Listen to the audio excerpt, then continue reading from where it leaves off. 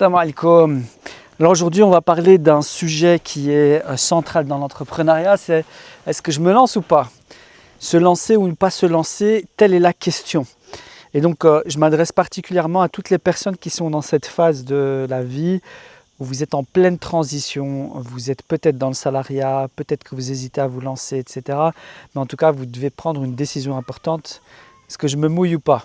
Donc je m'appelle Zeki, je suis le cofondateur du collectif Tariqa Pro et si je fais cette vidéo, c'est parce qu'évidemment je propose un programme d'accompagnement, je vous le dis en toute transparence. J'accompagne les entrepreneurs musulmans dans une voie de l'entrepreneuriat qui te rapproche d'Allah Azza wa Jal. C'est toute la vision de ce qu'on défend et c'est basé sur un hadith At-tajiru saduqul amin ma'a nabiyyin wa siddiqin wa shuhada. Le commerçant honnête et digne de confiance sera parmi les prophètes, les martyrs et les pieux. Et donc il y a une manière de faire du business qui potentiellement te rapproche d'Allah Azza wa Jal. Et dans ce cadre-là, je rencontre énormément de gens qui sont en pleine hésitation de est-ce que je le fais ou pas. Ou bien ils tournent en rond depuis un moment et là ils doivent se dire est-ce que ça devient ma priorité ou pas. Et je vais essayer de vous brosser les points fondamentaux qu'il faut prendre en considération dans cette prise de décision. Les pour et les contre, d'accord ? Et je pense que la question fondamentale qu'il faut se poser, c'est pas est-ce que j'ai envie d'être mon propre patron, est-ce que je le fais pour moi, pour ma famille, pour construire un patrimoine. La question qu'il faut que tu te poses, c'est est-ce que c'est important pour toi ? Est-ce que à quel point c'est important pour toi et pourquoi c'est important pour toi? Parce que si ce n'est pas suffisamment important, tu vas te décourager sur le chemin. Si ce n'est pas suffisamment important, tu vas abandonner sur le chemin. D'accord? Et donc cette question, elle est fondamentale. C'est une des questions que je pose tout le temps quand je suis en appel avec les gens que je rencontre qui veulent potentiellement intégrer le collectif. C'est pourquoi c'est important pour toi ce projet? Qu'est-ce qui fait que c'est important pour toi? Pourquoi maintenant? D'accord? Et quand on répond à cette question, vous allez avoir des personnes qui vont avoir du mal à répondre. Et dans cette hésitation, tu as des personnes qui vont te dire c'est pas le bon moment. Est-ce que je me lance? C'est pas le bon moment. Okay? Cette question de c'est pas le bon moment, elle est très importante. On va la déconstruire tout de suite. Il n'y a pas de bon moment. Vous allez toujours, écoutez-moi bien, tu vas toujours trouver une excuse de reporter ce projet. Ce truc-là qui te trotte dans la tête, cette idée que tu as, dont tu as parlé avec les gens, tu en as débattu, tu as fait des recherches, etc. Tu trouveras toujours une bonne excuse de reporter. Qu'est-ce qui fait que tu trouves une bonne excuse de reporter? C'est parce que ce n'est pas assez important pour toi, en réalité. Tu vas te dire oui, mais ce n'est pas le bon moment par rapport aux enfants. Tes enfants... Je me rappelle, je parlais avec un frère, il m'a dit écoute, je viens d'avoir des naissances, je te reviens dans quelques mois quand ce sera plus calme. Mais les enfants, ils ne vont pas disparaître. Les enfants, même, ils viennent avec une baraka. Par rapport au travail, le travail va toujours prendre une place. Vous connaissez la loi de Parkinson? La loi de Parkinson, c'est une loi qui dit que chaque tâche prend le temps qu'on lui laisse. C'est-à-dire, si tu as 2 semaines pour faire une tâche, la tâche va agrandir, prendre de la place jusqu'à durer 2 semaines. Et c'est pareil pour ton travail. Tant que c'est central dans ta vie, ça va prendre le temps que ça va prendre. À partir du moment où ton projet entrepreneurial est suffisamment important, t'inquiète pas que tu vas trouver du temps. Là, c'est une règle très importante. Quelqu'un qui te dit « j'ai pas le temps pour ça » ou « j'ai pas le temps pour toi », en fait, ce qu'il te dit, c'est que c'est pas suffisamment important. Vous voyez, on revient tout le temps sur ce sujet de est-ce que c'est réellement important pour toi. Si ce projet est réellement important pour toi, t'inquiète pas que tu vas y trouver le temps nécessaire, que tu vas débloquer le temps nécessaire pour ça. Et parfois, il faut se rendre compte à l'évidence, il y a des gens qui ont juste beaucoup trop de choses, beaucoup trop de projets, beaucoup trop éparpillés, et c'est pour ça qu'ils ne trouvent pas le temps. Et à un moment donné, il faut être clair, l'entrepreneuriat nécessite une forme d'intensité. D'accord ? Surtout quand on sait que dans notre religion, Dieu a un droit sur toi, ta famille a un droit sur toi, ton corps a un droit sur toi, donc donne à chacun son droit. Ça, c'est un hadith du prophète sallallahu alayhi wa sallam. Ça sous-entend que le temps qui nous reste, il est limité. Et donc, on doit faire preuve de performance. On doit pouvoir être hyper efficace dans le temps que qui nous reste pour donner à chacun son droit. Et ça nécessite forcément de dire non à tout un tas de choses. Et ça, je le vois dans certaines personnes, quand je les ai en appel, je discute avec eux et je me rends bien compte que, vu la vie que tu mènes, il y a trop de choses sur la table. Et à un moment donné, il va falloir renoncer à certaines choses. Et encore une fois, à quel point ce projet est important pour toi. Puis il y en a d'autres, il faut être sincère, ils sont plus, et peut-être que vous allez vous reconnaître, je suis désolé d'être cru, mais vous allez remarquer que les conversations que j'ai en call, etc., me nourrissent énormément, et je me dis, ce sujet-là, je dois l'aborder, parce que c'est quelque chose de récurrent. Je rencontre de plus en plus de personnes qui sont profondément passifs et profondément amoureux de l'idée d'entreprendre, mais ce n'est pas des entrepreneurs, ou ils ne sont pas prêts à mouiller le maillot pour entreprendre. C'est des gens qui consomment énormément de podcasts, énormément de conférences. Parfois, ils vont prendre des formations qu'ils vont payer, etc. Mais ils n'entreprennent pas. Parce qu'ils sont profondément consuméristes dans leur attitude. Une des qualités que je recherche, par exemple, quand je parle avec les gens, c'est concrètement, est-ce que tu as déjà testé quelque chose ? Est-ce que tu as déjà essayé ? Parce que tu n'as pas besoin en réalité d'être accompagné, qu'on soit clair, l'accompagnement va te faire accélérer, va t'apporter de la précision dans l'exécution. Et puis à un certain âge, tu ne peux plus te permettre de faire autant d'erreurs, tu n'as pas le temps, tu vois. Donc tu prends un accompagnement en général. Mais pour moi, quelqu'un qui a atteint un certain âge et qui n'a jamais entrepris, c'est déjà un red flag. C'est déjà un signal de « attention, est-ce que cette personne-là n'est pas enfermée dans une position passive ?» Où en fait, elle aime bien regarder des podcasts, elle est amoureuse de tous ces gourous, enfin amoureuse, vous avez compris, elle aime bien l'idée qu'on nous vend. Et en réalité, les réseaux sociaux ne nous aident pas dans ce cadre-là parce que réellement, ils nous enferment dans ça. À force de scroller, ça bouffe du temps énormément. Les conférences, tu te projettes dans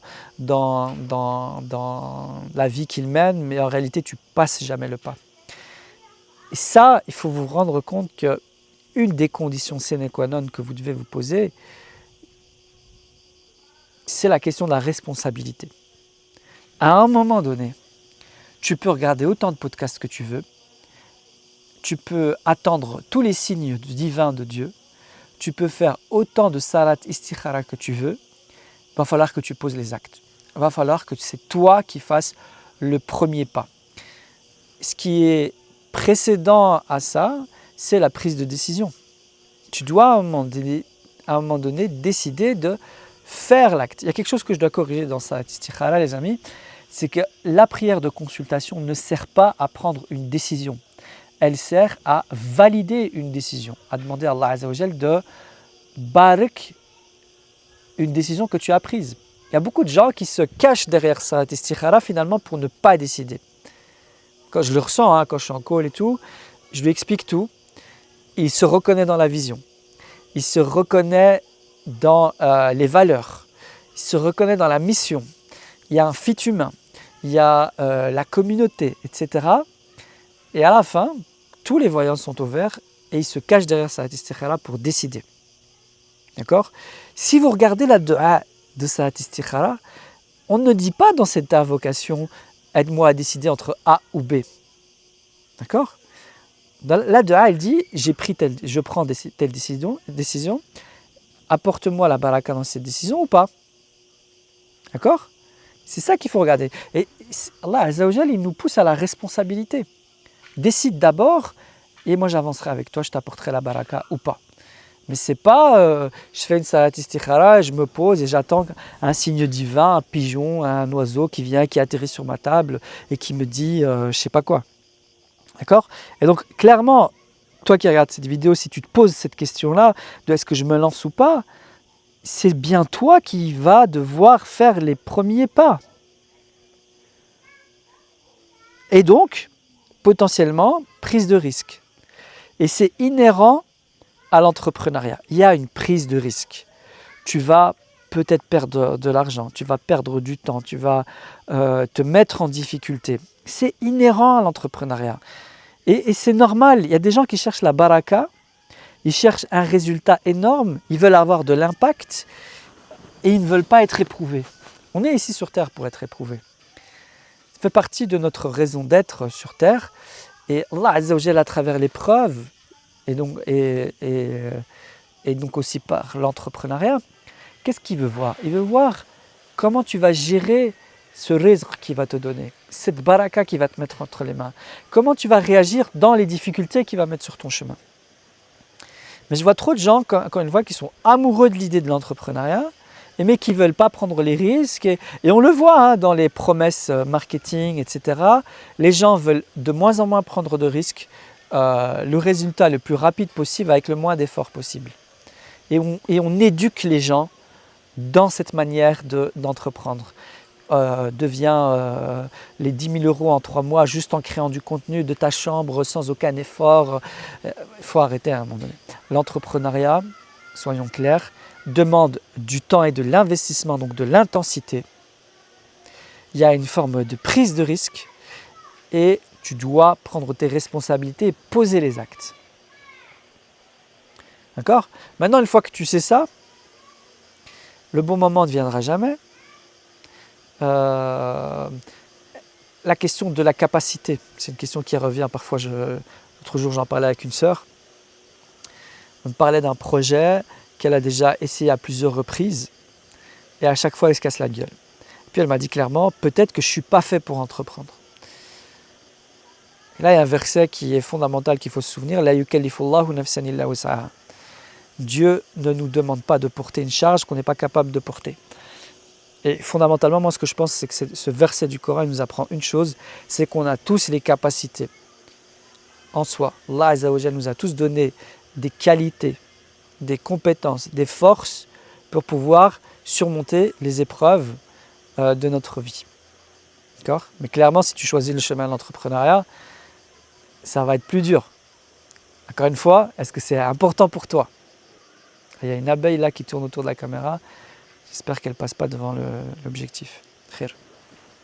Pour ceux qui se posent la question, je suis quelque part en Espagne, entre Alicante et Murcia, je suis en vacances et j'en profite pour créer du contenu. D'accord? Là, j'en étais où? La responsabilité, la prise de risque.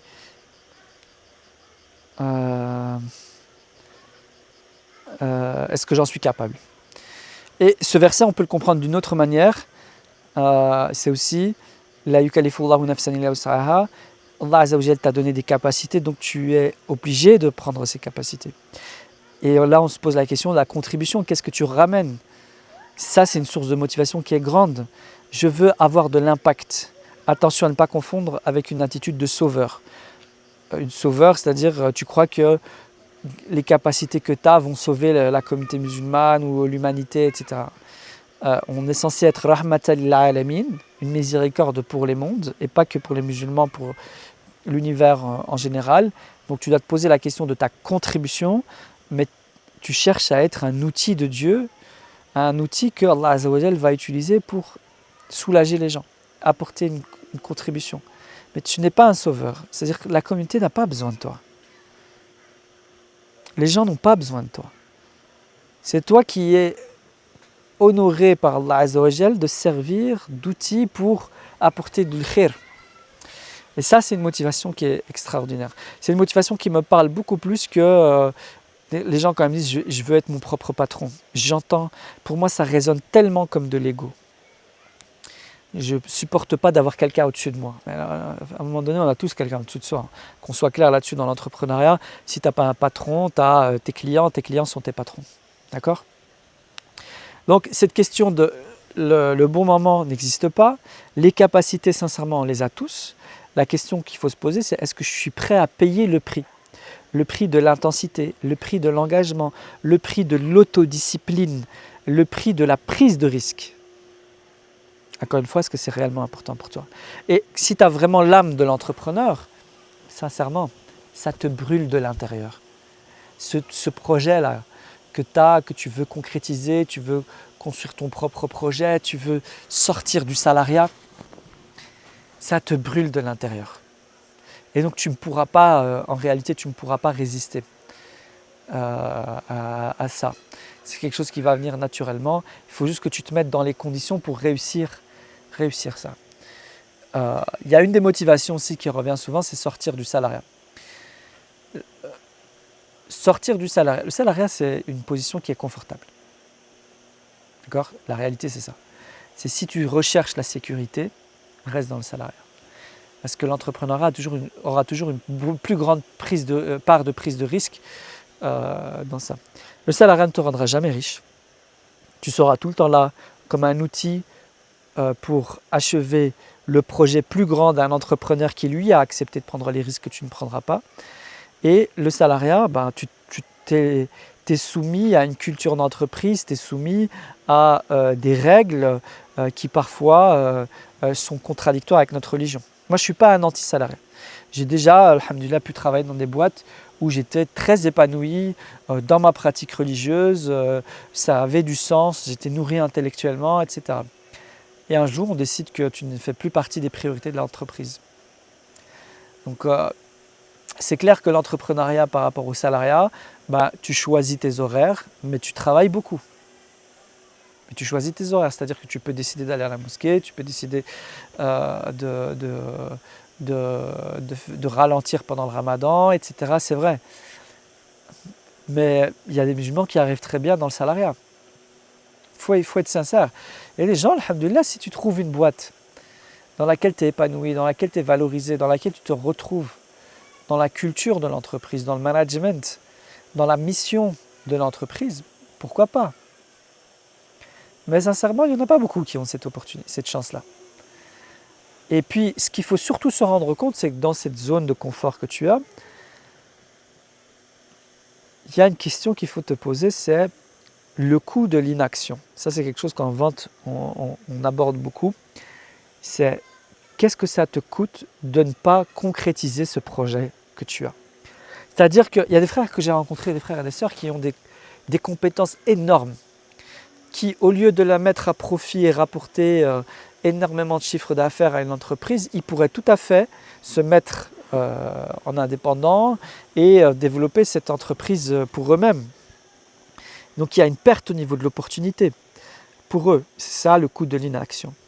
Il y a une perte au niveau de l'impact que tu pourras avoir. Plutôt que de travailler dans cette grosse multinationale, cette même compétence, je parle par exemple juriste, cette même compétence que tu mets au profit de grosses entreprises pour qu'ils soient sûrs de bien être solides, même quand ils font des infractions, etc.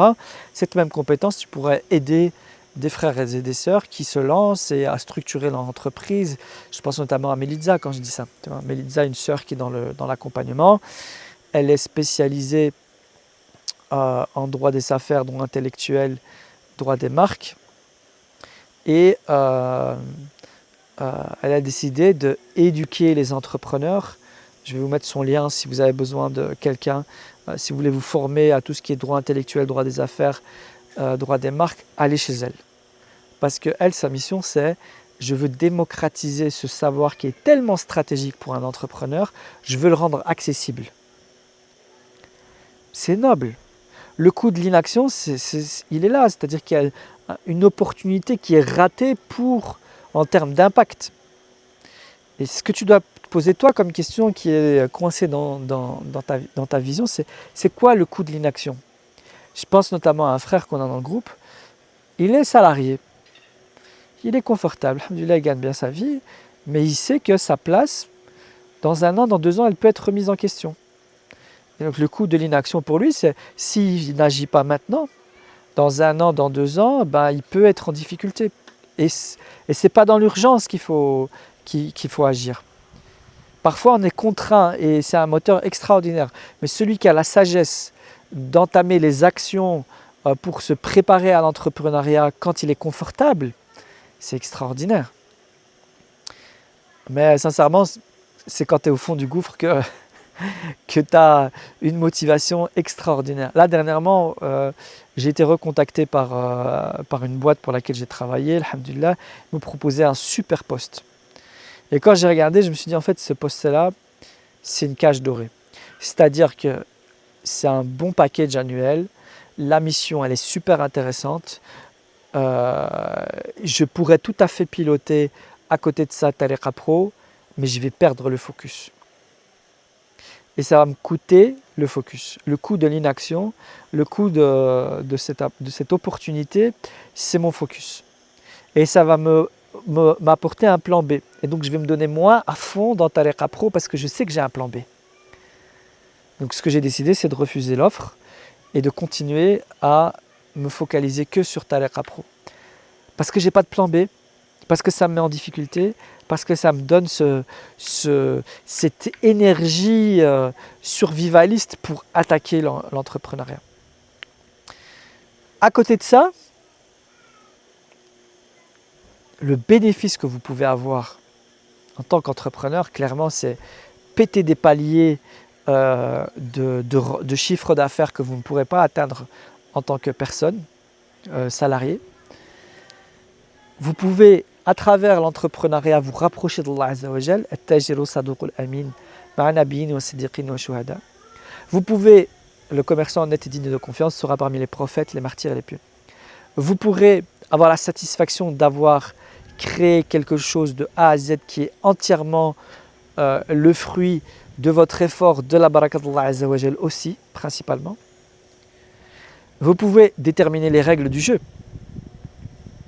Moi, j'ai toujours été dégoûté dans les entreprises de toutes ces règles politiciennes qu'il y avait, la politique intérieure pour ce qu'on appelle le career path, c'est-à-dire ton chemin de carrière. Est-ce que tu passes, est-ce que tu montes? Combien de fois, je suppose que vous l'avez vécu, il y a un tel qui passe avant toi parce que lui, il est plus pote avec un tel. J'aurais aimé que ce soit que le fruit du travail qui parle. Ça, l'entrepreneuriat, c'est radical. C'est nul ce que tu fais, tu n'auras pas d'argent. Même si tu es très bon en marketing, ça ne va pas durer. D'accord? La qualité du travail, de l'exécution, de ton marketing va se faire sentir. Et donc, tu ne peux pas être médiocre, tu ne peux pas être moyen, sauf si tu es dans un segment où il y a tellement rien, mais c'est de moins en moins le cas. Et puis, sincèrement,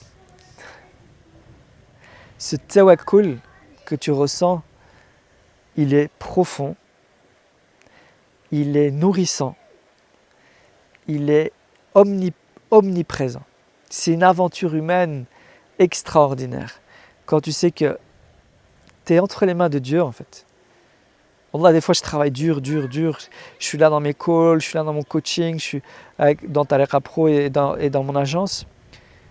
Et puis tu freines, tu te dis en fait, c'est vrai que j'ai pas fait d'istighfar, j'ai pas fait de dua.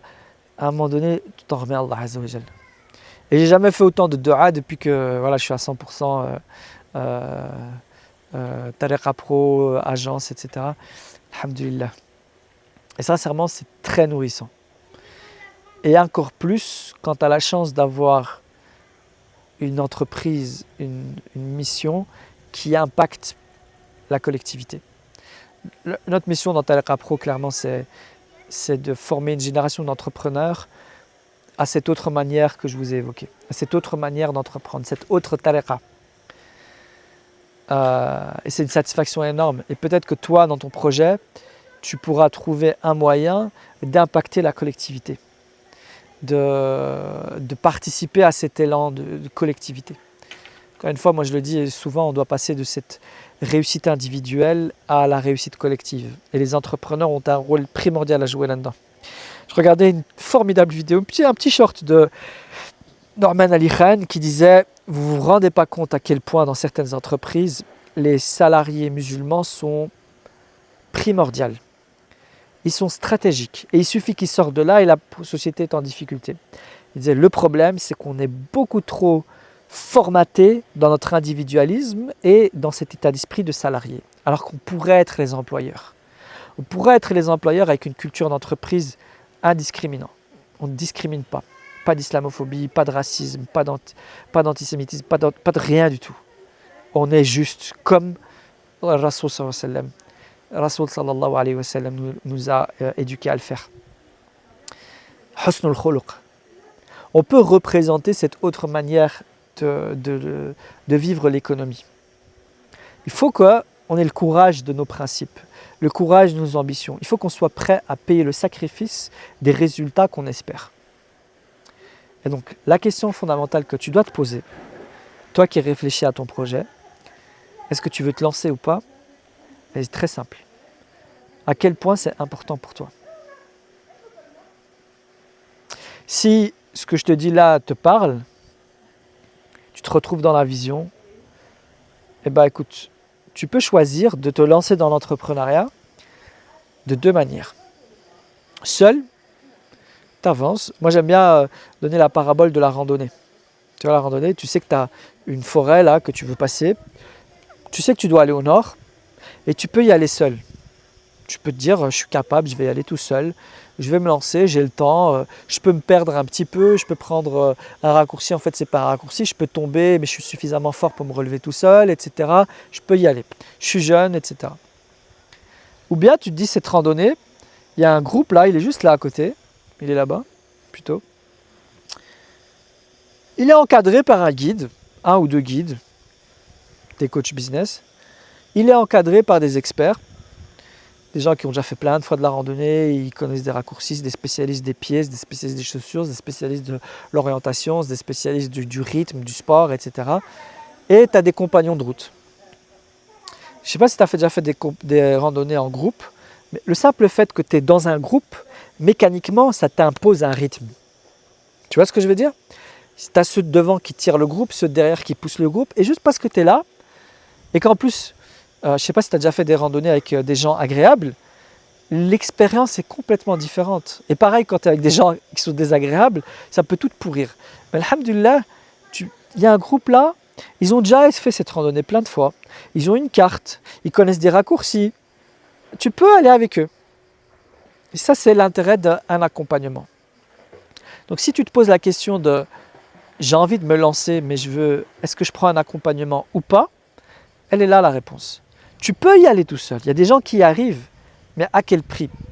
En combien de temps? Et quelle était leur expérience?